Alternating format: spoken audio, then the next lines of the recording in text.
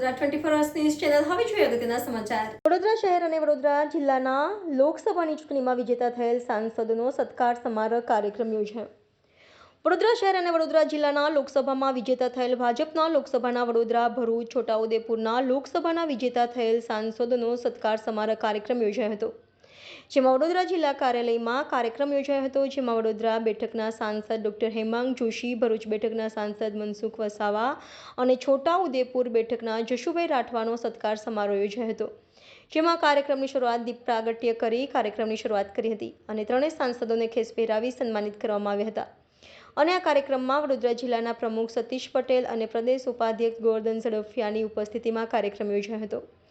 જેમાં વિજેતા થયેલ સાંસદો અને વાઘોડિયા વિધાનસભાના ધર્મેન્દ્રસિંહ વાઘેલા, ડોક્ટર હેમાંગ જોશી, જિલ્લા પંચાયત જશુભાઈ રાઠવા,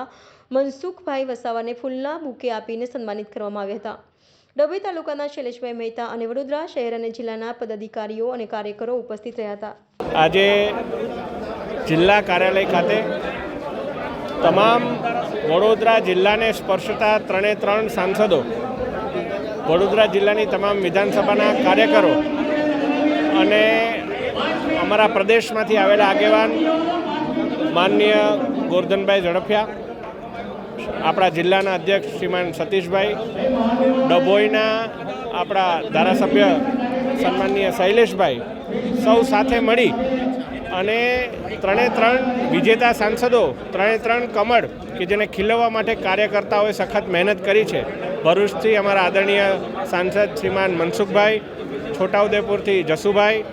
વડોદરા લોકસભાથી મને, વાઘોડિયાની પેટા ચૂંટણીમાં ધર્મેન્દ્રસિંહ બાપુ, અમારા સૌનું શુભેચ્છા અને સત્કાર સમારંભ આજે યોજવામાં આવેલો છે। મોટી સંખ્યામાં કાર્યકર્તાઓ અહીં આવ્યા છે, તેઓ અમને શુભેચ્છા પાઠવી રહ્યા છે, પરંતુ અમે પણ તેમને આભાર દર્શન કરી રહ્યા છીએ, કારણ કે આ જીત એ સમગ્ર હિસાબે કાર્યકર્તાની પાયાની મહેનતની જીત છે અને આજે આ સન્માન સમારંભમાં આવી અને અમને સૌને પણ હર્ષની લાગણી અનુભવાય છે। વડોદરા જિલ્લાની તમામ જનતાએ ત્રણ લોકસભામાં જંગી બહુમતીથી અમારા ત્રણ લોકસભાના ઉમેદવાર અને સાથે સાથે વાઘોડિયાના અમારા ધારાસભ્ય તરીકે ધર્મેન્દ્રસિંહ બાપુને જે રીતે મત આપ્યા છે એ જોતાં વડોદરા જિલ્લાના તમામ મતદારો ભારતીય જનતા પાર્ટી તરફ જે મતદાન કર્યું છે એ બદલ પહેલાં તો તમામ જનતાનો અમે આભાર માનીએ છીએ। સાથે સાથે આજે અમારા પ્રદેશના ઉપપ્રમુખ અને પ્રભારી ગોવર્ધનભાઈ ઝડફિયાજી અને સંતો પણ જ્યારે અહીંયા હાજર હતા, એમને ખૂબ